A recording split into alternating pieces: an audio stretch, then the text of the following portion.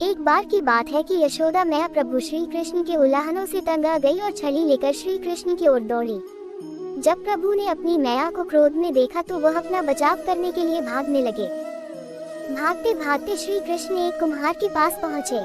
कुम्हार तो अपने मिट्टी के घड़े बनाने में व्यस्त था, लेकिन जैसे ही कुम्हार ने श्री कृष्ण को देखा तो वह बहुत प्रसन्न हुआ।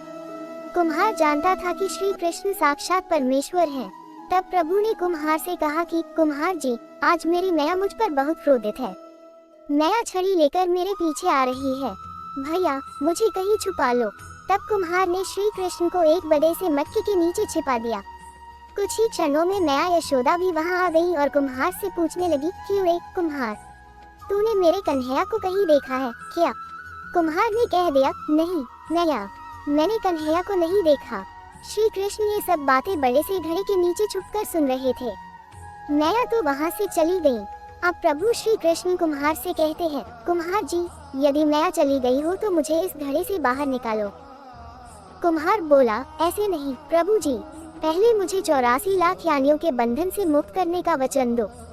भगवान मुस्कुराए और कहा, ठीक है, मैं तुम्हें 84 लाख योनियों से मुक्त करने का वचन देता हूँ।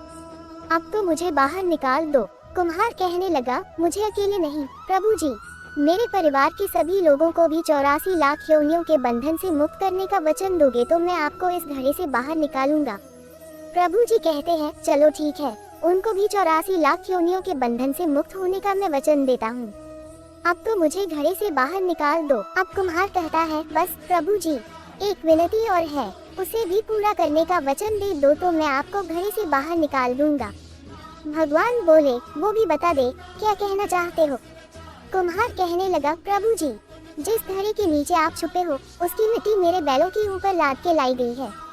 मेरे इन बैलों को भी 84 के बंधन से मुक्त करने का वचन दो।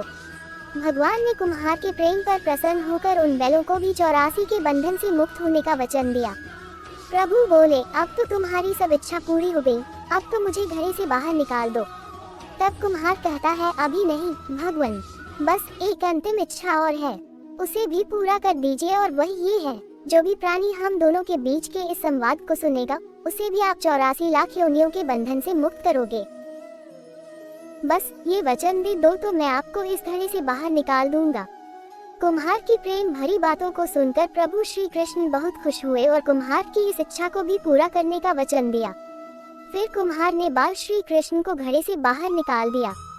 उनके चरणों में साष्टांग प्रणाम किया, प्रभु जी के चरण धोए और चरणामृत लिया, अपनी पूरी झोपड़ी में चरणामृत का छिड़काव किया और प्रभु जी के गले लगकर इतना रोए कि प्रभु में ही विलीन हो गए। जरा सोचे, जो बाल श्री कृष्ण 7 कोस लंबे चौड़े गोवर्धन पर्वत को अपनी इतनी अंगुली पर उठा सकते हैं, तो क्या वो एक घड़ा नहीं उठा सकते थे?